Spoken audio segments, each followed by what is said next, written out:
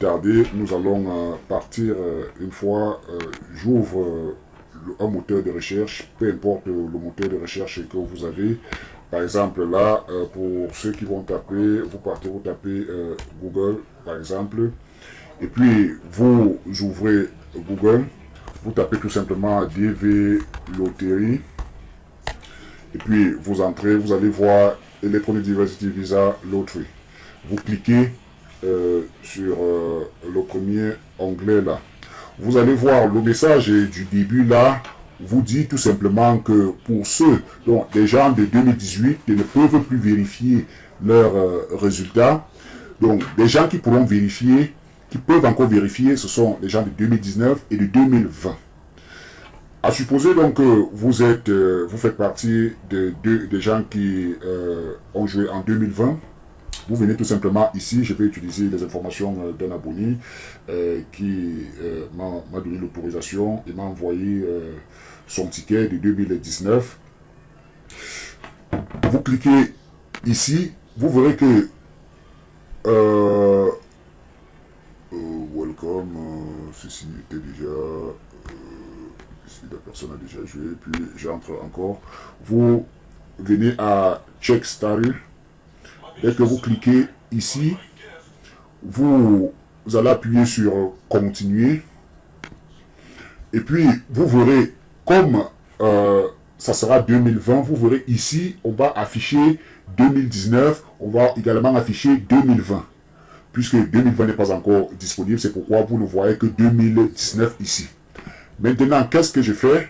Je vais passer d'abord pour ces personnes-là qui ont perdu leur numéro. Vous venez ici à Forgot Confirmation Number. Vous cliquez ici en bas. Vous voyez, vous allez venir choisir. Puisque ici, nous sommes encore en 2000, nous sommes en 2019, on n'a pas encore activé la version 2020. Vous allez cliquer ici, vous allez mettre exactement le nom de votre famille tel que vous avez inséré lorsque vous vous inscriviez. Vous allez mettre le prénom. Si vous avez un second prénom, vous allez le mettre ici. Vous allez mettre exactement la date, votre date de naissance et l'adresse email que vous avez mise lorsque vous participiez au jeu. Et le code de confirmation, vous appuyez sur Submit. On va envoyer le code dans votre boîte email. Je vais dire, on va envoyer. Si vous n'avez pas mis votre adresse email, par exemple, ici, ce n'était pas votre adresse email, on va envoyer ça uniquement dans l'adresse qui a été insérée lorsque vous vous inscriviez.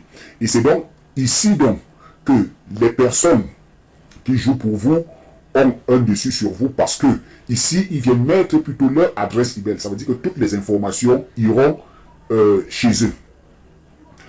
Bon, nous allons, dans le cas où quelqu'un n'a pas perdu son numéro, ça veut dire qu'il a ces informations. Ici, nous allons prendre le cas de pour notre abonné. Son code de confirmation, voilà, c'est 2019. 2019, il y a 5 GX 9 2 DH U X DN 4. Puis je vérifie, c'est 2019 5 GX 92 DH U X DN 4. Et ici, il faut rappeler ici que ça ne gère pas la casse, c'est-à-dire même si vous mettez en majuscule ou en minuscule, ça doit passer. Vous venez ici, vous insérez votre nom. Rassurez-vous d'insérer uniquement le nom qui se trouve avant la virgule. Avant la virgule, tous les noms qui viennent après la virgule, vous ne les insérez pas. Parce que c'est aussi ça qui cause problème. Vous allez, des gens vont vous dire, oh, je n'arrive pas, je mets pourtant le nom, mais je n'arrive pas à vérifier. MSRDJ6. Et puis j'appuie sur Submit.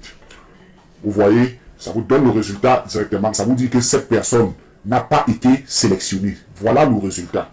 Ça veut dire pour ces personnes qui ont leur, comment dirais-je, leur fichier, leur fiche d'enregistrement, voilà comment vous allez vérifier votre résultat. pour ces personnes-là qui ont perdu leur numéro, je vous ai montré comment est-ce que ça se passe également pour récupérer. Alors, à vos marques, c'est parti, beaucoup de